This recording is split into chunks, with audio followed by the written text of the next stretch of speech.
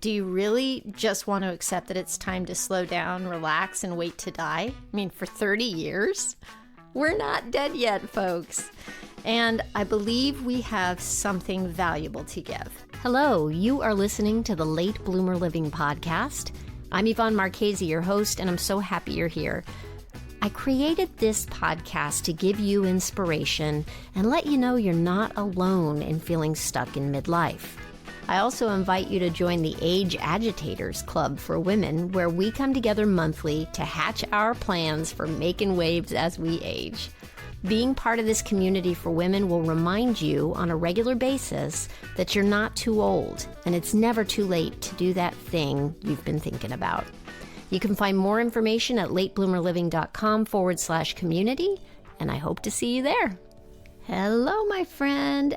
Hey, as we are closing out the new year and getting ready to welcome a brand new one, I wanted to let you know that I am taking some time to celebrate the holidays with my family, rest, reflect, and recharge for the new year. But I didn't want to leave you hanging, so I have gone back into the archives and pulled out episode 13, which is one of my favorite solo episodes.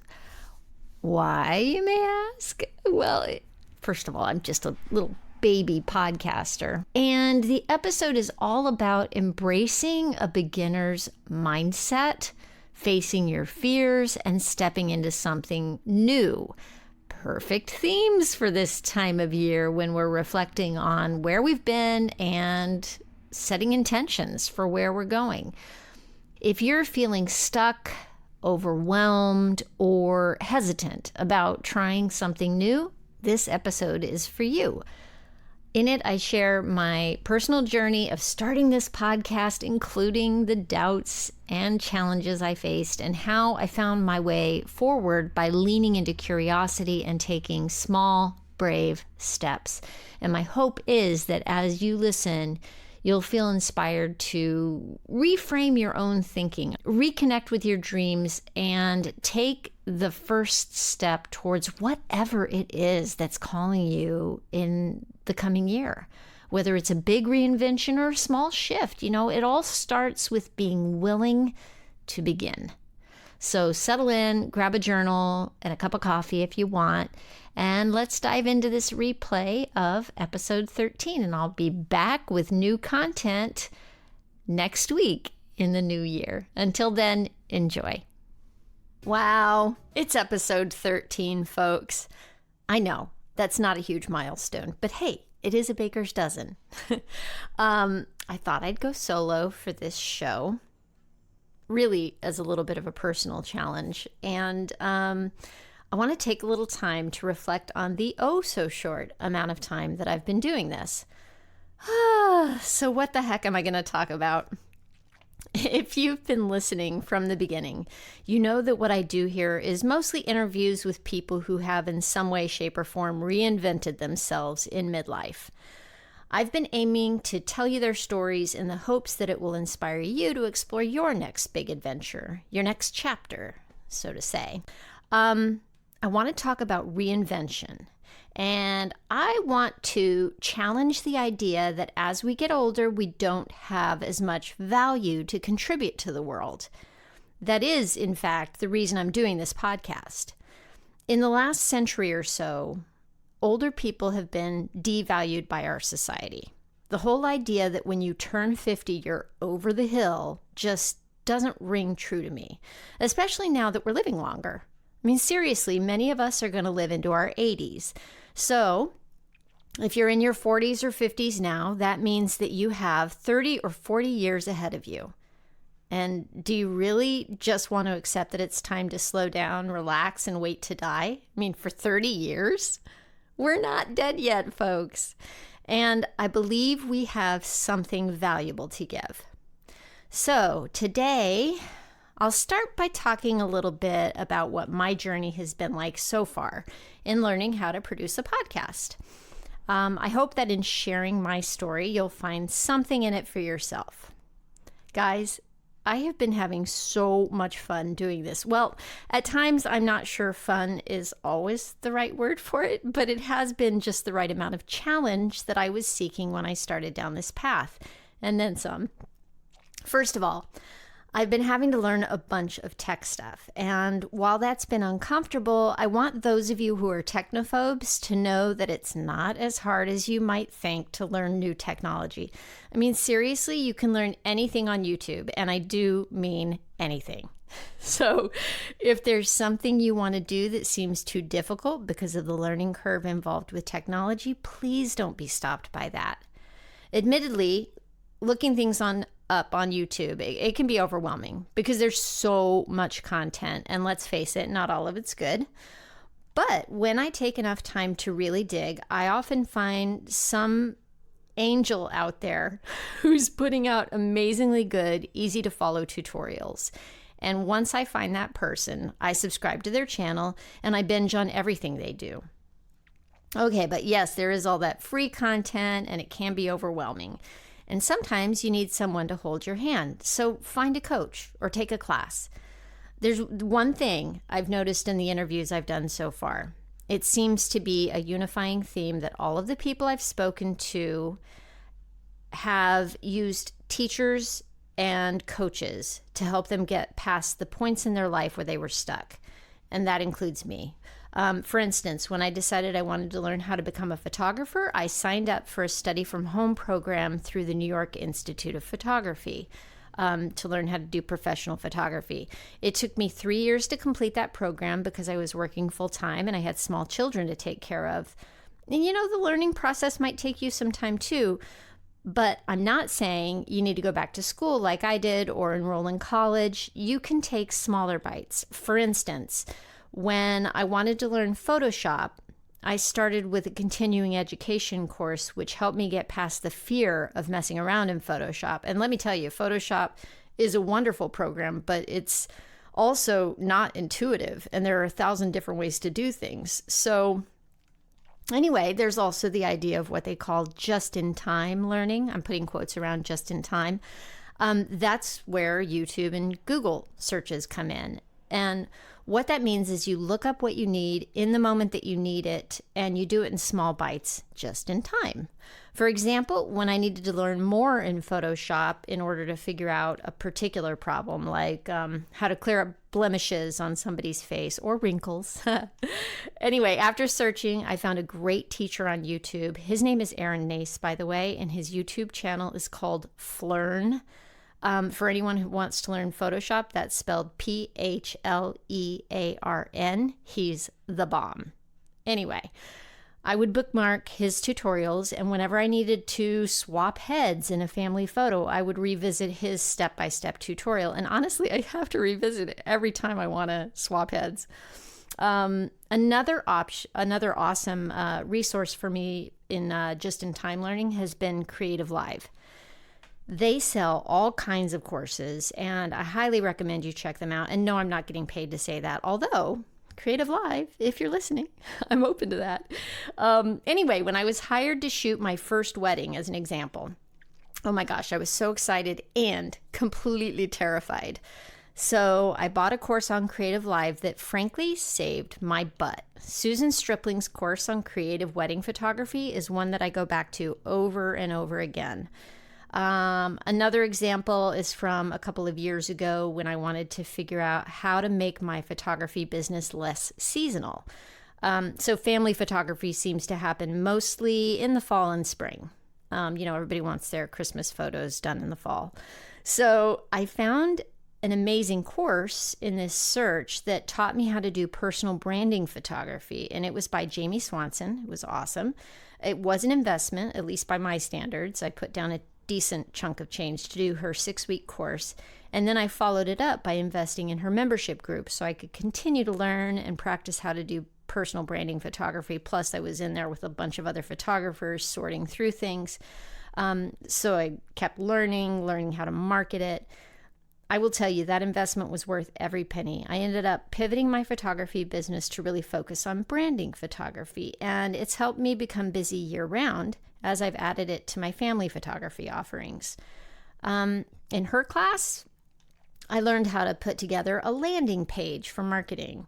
Oh my gosh, never would have done that on my own, I don't think. I learned how to look for my ideal clients and how to guide them through the process of planning a successful branding session. I mean, there is no way I would have done what I did in that 6-week course if I'd had a year to do it on my own, cobbling together information from what I could gather on Google or YouTube. I mean, all the information is out there for free, but it's not organized like this course was. Sometimes you just have to invest in yourself. The other thing I've discovered this year is the value of having a one-on-one coaching relationship. I ended up working with 2 coaches this year for the first time ever. I worked with Kelsey Banfield of the Manifesting Company earlier in the year, and I'm just wrapping up a 12-week session with Dana Kay of Branding Outside the Box. And I have to tell you that having someone to brainstorm with and keep you accountable is beyond valuable. I've also had a couple of coaches on past episodes, and what I've noticed is that they all mentioned having coaches that help them get past their sticking points. By the way, I've been doing a lot of name dropping here. I will put links to everything I mention in the show notes. Okay, that may have been a bit of a rant. I don't know. Maybe. I hope it was helpful in some way. So I think the main thing that I learned up to this point in the process is that I just need to be okay with, or just sit with, uncertainty and discomfort. And why do I say that? Well, this whole process of launching a podcast has been an exercise in discomfort, in that I'm having to learn new things and embrace being a beginner. And also, one of the reasons it took me so long to start the podcast is because I hesitate to put myself out in the world as some sort of expert. The idea of presenting myself as an expert makes me extremely uncomfortable. Imposter syndrome kicks right in, and let me tell you, it is strong. It makes me feel certain that you guys are going to call me out for being a fraud. And then I have to ask myself, why am I uncomfortable with the idea of being an expert? I mean, what kind of limiting beliefs are standing in the way of me claiming any sort of expertise in this area of midlife transformation? Maybe it's because I don't have some sort of certificate that declares me to be an expert. Can you relate? I think we've all been trained to look to credentials to verify expertise in others and in ourselves. The truth is, I do have life experience, as do you. And I guess a certain amount of expertise when it comes to making big life changes. I mean, I've done it a few times over. So really, I am qualified to talk about that. Not so much as an expert, but simply from my own experience and what I've learned along the way. And hopefully, that's helpful to you. As I've gotten older, I will say I've become more fearful of making life changes because I'm responsible for so many more people right now than I was when I was younger. But in many ways, I think I've gotten smarter about how I tackle big changes. I have more tools in my toolkit now than when I did when I was younger. And I think that's true for all of us. And we forget to give ourselves credit for that life experience and how it can serve us when we step into a new challenge. And that our life experience in the form of stories can be helpful to other people. So I also mentioned a minute ago that this process has required me to learn how to embrace uncertainty. And boy, howdy, this time that we're living through right now is requiring us all to embrace uncertainty, right? In a way that is really significant and obvious, right? I mean, it is hard to plan for anything right now. Everything seems up for grabs. But we can't just sit still. So we have to make choices to move forward, all the while realizing that our plans may go up in smoke. And the thing is, it's always been that way. We just have a lot of extra stuff going on in the world right now to show us that we really don't have control over the outcome. We never did. The only thing we have control over is our next step. So, what the hell? I'll share with you what I've learned about reinvention so far. Besides the teachers in my life and the coaches that I've known personally, I've had many other teachers in the past couple of years that have come to me through their books and their podcasts. there are some common threads in all their teachings that have been game changers for me, and I'll try to share with you. And listen, by the way, none of this is new. You may have heard all of this before, but I think some things bear repeating, because sometimes even if we've heard something before, if we hear it again and again from different people, perhaps it starts to sink in. Or maybe we understood it intellectually the first few times we heard it, and now we're in a different space in our lives and it suddenly rings true and it sinks in a way that it didn't before, or we're able to apply it in a way we weren't able to apply it before. So I think what I really want to talk about in this very roundabout way is how to embrace beginner thinking and move through all that uncertainty and discomfort that goes with it. So what is beginner thinking? Here's a quote from Shunryu Suzuki. I hope I pronounced that right. In the beginner's mind, there are many possibilities. In the expert's mind, there are few. The definition of a beginner is a person just starting to learn a skill or take part in an activity. And that is an uncomfortable place to be when you've been around the block as many times as we have. But think about it. What's holding you back from that thing you want to do? I'm going to guess the first thing you'll say is that you don't have time or money to do it. But I think the real thing that holds us back is fear. Fear of failing, because we've been taught that failing is bad. Fear of looking stupid. Fear of being judged. Fear of change. So I think we stick to doing the things we already know how to do, even though we're bored out of our minds, because it's the safe choice. We already know that path. It's well worn. We get to be experts when we stick to the stuff we've been doing for ages. But the beauty of stepping into being a beginner at something is it's in that beautiful word, possibility. I really do love that word. What might we become if we start something new? I don't know about you, but when I think about that, I get really excited. And besides, change is inevitable. You're not the same person you were 5 years ago. Heck, you're probably not even the same person you were this time last year. This has been a transformative year for all of us. And since change is happening all around us and to us all the time, I think we need to learn how to embrace it. Now, you might be thinking, I don't have any problem with being a beginner at something. I just don't even know what I want to do next. Let me tell you, I have been there. When I became a mom and decided I was done with pursuing an acting career, I had no idea what I wanted to do next. I toyed around with the idea of learning how to produce radio stories in the style of This American Life, but I was stopped by the amount of time it would take me to learn how to do it. And I didn't see a clear path to becoming a radio producer. I thought I'd have to go back to school for broadcasting, and I felt like I was too old to go back to school for yet another low-paying career. You see, podcasts weren't even a thing back then. So even if I learned how to produce my own shows, I'd have to shop them around to see if I get one picked up by NPR or something like that. And I certainly didn't have the confidence to do that. And I couldn't imagine putting in all the time to create a show and then not have an outlet where I could share it. So I spent many years feeling pretty lost. Luckily, I had some really cute kiddos to raise and cuddle in the meantime, and a job to pay the bills while I figured things out. But yeah, I felt lost. So for those of you who just feel stuck and don't even know what you want, know, first of all, that you're not alone. I think for many of us, it starts with the feeling of being stuck in some way.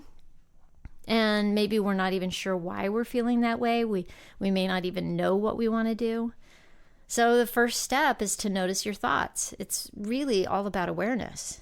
Taking the time to sit with yourself for a little bit and notice, for instance, what are you complaining about regularly? Listen to yourself for your repeated complaints. Oh, here's a fun thing to do. Several years ago, when I was really struggling with feeling stuck and I was feeling a lot of negativity, I decided to give up complaining for Lent. And what happened to me during those 40 days was that in trying to give up complaining, what it did was make me notice that I was complaining all the time. Even if I wasn't complaining out loud to people, I was complaining in my head to myself. I couldn't believe how many of my thoughts were complaints. And I started to notice patterns in my complaints. I started to notice that some of the same complaints kept resurfacing over and over again, like a little loop. Trust me, if you do this, you will get so sick of hearing yourself complain. And they say that being aware of the problem is the first step towards fixing it, right? So try it for, let's say, 15 to 30 days. And by the way, I've tried to give up complaining for Lent every year since then because it really tunes me into my thought patterns. So I know, it might sound like a bummer to dwell on your complaints, but don't think of it as dwelling. Don't think of it as dwelling so much, I would say. Just think of it as developing an awareness of them. And be kind to yourself when you notice your complaints. In fact, you might end up laughing at yourself. The idea is not to beat yourself up for being a negative Nelly, but just to notice it and realize that everyone else is complaining in their heads all the time too. And this really does require a lot of self-compassion because you will be sick of your complaints after you do this for a while. So try to do it with humor and give yourself space and forgiveness. In fact, there's something you can do that's fun to balance this out. It's something we used to do all the time when we were kids, and it used to come so naturally to us. I'm talking about daydreaming. I know you're already saying, I don't have time for that. I think as we get older and we have more to do and more responsibilities, we stop daydreaming. And I think daydreaming is so powerful. Seriously, when we were kids, we did it all the time. And I think it fills you with a sense of possibility. I'm talking about letting your mind think about things that bring you joy. Imagine yourself doing them and imagine yourself in situations where you could feel joyful and fulfilled or have felt joyful and fulfilled. And set aside time for this. Like when you take a walk or, just gift yourself the time to sit in nature for a bit and let your mind wander without a phone in your hand. Maybe do some journaling. Again, that goes back to developing an awareness about yourself and your thoughts and giving yourself time to tap into exploring what it is you want. So, after you do this for a while, you'll notice what you're consistently complaining about. You'll notice what maybe you wish you were doing too, if you're taking some time to daydream. But anyway, you're going to notice with the complaining part, you're going to notice your automatic thinking patterns. And there's huge power in that. I mean, once you notice those complaints, and we can call those limiting thoughts, then you could replace the thoughts you feel are holding you back. They're holding you back in some way. You could actually make the choice to replace those thoughts with something new, to reframe the negative thoughts. So, okay, let me give you an example. One of my constant complaints is that I feel overwhelmed and too busy. So what I've learned to do is reframe that complaint with a quote that I love, which is, do what you can with what you've got where you are. By the way, that quote is usually attributed to Teddy Roosevelt, but it came from his autobiography, and he was quoting a guy named Squire Bill Widener or something, whatever. Anyway, it's a saying that instantly calms me down, first of all. Do what you can with what you've got where you are. And it reminds me that even though I can't do it all, I can do something. Another complaint I constantly have in my head is, no matter what I do, it's never enough. I know, right? The self-pity party is raging here. So whenever I can, I replace this thought with, I did the best I could today, and I'm learning more, and I'm getting better at this every day. Oh, here's a good one. If you tend to focus on how bad you're feeling physically every day, like when I'm fighting fatigue or I feel a cold coming on, I'll tell myself, my body is working miracles. And I just think about all the little T cells that are doing their thing to try to fight off a cold or make me feel better. When I find myself complaining about my circumstances, or I find myself thinking I'm a failure, I'll often tell myself, I'm in the midst of a breakthrough. And then I laugh. It just makes me laugh for some reason. But I can also buy into it. So I guess you could call these affirmations. I think Mel Robbins calls them anchoring thoughts. And the thing is, you have to find what works for you because you have to buy into the new thought or see possibility in it. By the way, one of my favorite teachers, one of those people who I listen to and read is Mel Robbins. If you've been listening from the beginning to this podcast, I'm sure you've heard me mention her. And she names this process that I'm talking about as think this, not that. In fact, I'll put a link in the show notes to a blog post of hers. It's called 21 Days to Think This, Not That. It's pretty cool. Check it out. Here's a few other things you can do that can help you identify what it is you actually want. And I think this first one probably comes from Mel Robbins too. Notice when you feel envy, which seems weird, right? But the thing is ask yourself why you feel envious of that person. Is it just because they have all the trappings of wealth and they look successful? Or is it because they're doing something that looks like fun? Or they're doing something admirable and meaningful, and you think to yourself, well, sure, it's easy for them. They're talented or smart or beautiful. You fill in the blank.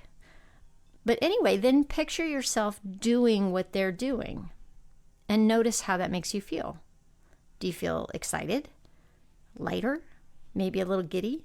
If it doesn't make you feel great to think about doing what they're doing, it probably isn't actually the right thing for you. But if it gives you those little butterflies in your stomach that you get when you have a crush, well, then that path may be worth checking out. So another thing you can do is ask yourself, what would you do if you knew you couldn't fail? Or what would you do if money wasn't an issue? And write down the answer. Give it, brainstorm it, turning it into a journaling exercise. Make a list out of it, and then revisit the list. Hold up your answers to the same test you did before. When you look at your list, does anything stand out that gets you excited? And by the way, if it makes you feel really scared, consider the possibility that that's really just excitement. There have been many studies done that show that fear and excitement have the same physical reactions in the body, like sweaty palms and a racing heart, and your brain is just trying to prepare you for action. Here's another one. Think about how you are special. What comes easily to you? I mean, what can you do that is so easy that it isn't easy for other people? And that's your superpower. And if you don't know what it is, that's totally normal because it's so easy for you that you might not recognize it as being special. Here's a way to look at it or think about it. What do other people ask you for advice with and help with? That's a hint. Also, you could ask people you're close to what they think you're good at that they wish they were good at. And now here's a question. Do you enjoy doing that thing that comes so easily to you? I'm going to guess you probably do. Maybe. Okay, one last exercise to trigger your creativity here, and I'm pretty sure I got this one from Marie Forleo's book, Everything is Figureoutable. Very good. Check it out. So set a timer for 10 or 15 minutes and make a list of things that complete the statement, wouldn't it be cool if... ... Don't edit yourself. Write down as much as you can, as quickly as you can, and later on you can go back and look at your list to see what jumps out at you. I did this exercise, and when I go back to look at it, I realize that I really want to travel more, that I want to spend more time having fun with my husband and my family and friends. And I wrote this down last year. I wrote down, wouldn't it be cool if everyone felt empowered to tap into their dreams and take chances? Interesting, right? And here's what I'm doing now. So you can then try visualizing yourself doing these things. And by the way, visualization is different from daydreaming because it's more intentional. And honestly, I'm not super consistent about visualizing, but when I do it regularly, it's pretty magical. And this may sound woo-woo, but Recent studies and brain imaging show that the brain doesn't know the difference between imagination and reality. I'll put a few links to articles about this in the show notes. Oh, and by the way, Einstein said, imagination is more important than knowledge, for knowledge is limited, whereas imagination embraces the entire world, stimulating progress, giving birth to evolution. Pretty awesome, right? So the thing is with visualization, before you can achieve a goal, you have to believe you could do it. And you need to see it before you can believe it. And that's why top performing athletes do it. It's been shown to reduce stress and anxiety. And let's face it, stress and anxiety are performance killers. Anyway, the idea is to visualize yourself taking the steps towards your goals with as much detail and emotion as you can bring to it. And if you do it regularly for only like 3 to 5 minutes a day, which is nothing, what you're doing with that consistency is rewiring your brain to believe in what you're visualizing. So I guess I better get more consistent with that, huh? And then, of course, you need to take action, because visualizing without action isn't going to get you anywhere. And that doesn't mean you have to make huge changes right away or do everything right away. Simple first steps could be doing research or taking a class. Dip your toes to get started. Don't stay in the research phase for too long, convincing yourself that you're taking action. But, eventually you have to do the things that are outside your comfort zone. Discomfort is where the growth is. I will tell you, there have been days when I was really uncomfortable and frustrated during the process of launching this podcast. There were days I felt like I was spinning my wheels the whole day, especially when learning new tech, because I'm doing this podcast as a passion project. I don't have a massive budget for it. I knew I needed a website. And after a lot of research, I decided to do it the hard way. I decided to build the website myself in WordPress for too many reasons to get into here. And oh my gosh, I would have loved to hire someone, but I am in total bootstrap mode around here, folks. And let me tell you, I am not a web designer. I don't know code. I'm not a graphic designer.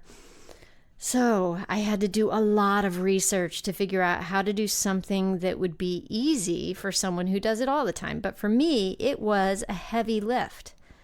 And I finally found a really helpful YouTube tutorial. Hooray for YouTube! It came with a template that I could use to get me started and incredible step-by-step instructions that taught me how to personalize that template. In fact, I'll try to link that in the show notes too. Note to self. It took me months to get that website up. And believe me, I was frustrated. I was kicking myself for biting off way more than I could chew. And the one thing I did that was really helpful was to ask a friend with some website development experience for help. In the end, he didn't end up doing the actual website build for me, but he was so generous. We would talk once a week, and I would bounce ideas off of him and let him know where I was hung up, and we would talk through it. And I'd end up making a punch list of things to do that week before our next talk, and it gave me a focus I never would have had working completely solo. I think I just would have been lost. So thank you so much, Mike, for holding my hand. And this is where I have to tell you that I usually suck at asking for help. It makes me feel so uncomfortable. But at the beginning of the year this year, I decided that I was going to make the word help my word of the year. And what that means is I committed to both being helpful to others and asking and receiving help, asking for and receiving help with grace. And it's been another game changer for me. So if you're at the point where you're starting something new and you run into a wall, here are my best tips for how to get past like beginner pitfalls. Okay, you ready? Number 1, reframe limiting thoughts. Try replacing I can't do it or I don't know how to do this with I can learn how to do it or I'm learning so much. Number 2, Visualize yourself succeeding at the task ahead of you. Number 3, take baby steps. When you feel overwhelmed, just take the next best step. Number 4, trust that your baby steps are enough. You know, they say we overestimate what we can do in a year and we underestimate what we can do in 10 years. So trust that those little baby steps are enough. I have a hard time with that, so I'm saying that now. Finally, I just want to say, if you're feeling like you need to shake things up, honor it. Do it. And remember, you are not alone. Find people to help you and people you can help in return. The world needs your big idea. The world needs your art. The world needs your voice, really. And if your need to shake things up is more personal, like needing to get in shape, I think that's even more important. I mean, how much better would you feel if you tackled that? And then, once you're feeling better, what else might you be able to contribute to the world? So that's it for now. I love you guys. If you made it this far, thank you so much for listening. Please share this with anyone you think would be interested. Please leave a rating and maybe a review if you like the podcast. It's super easy and it will help me to reach other people. If you're listening in Apple Podcasts, you go to the main page of the podcast, scroll down to where you see ratings and reviews. And you can choose anywhere from 1 to 5 stars to give it a simple rating super quick. Of course, I'd love the 5, but follow your heart. If you want to leave an actual review, scroll down just a little further and you'll see a little checkbox that says write a review. And I would be forever grateful. And before I forget, I will, as I mentioned, put links to everything I mentioned in the show notes. And if there's something that catches your attention and you want to know more, just head on over there and I will hook you up. Just go to the podcast page on my website, latebloomerliving.com/podcast. And from there, you can find this episode or look up past episodes for their show notes. And if you don't see something there that I mentioned, just send me an email to latebloomerliving@gmail.com. I'd love to hear from you. I hope you have a fantastic week. Talk soon.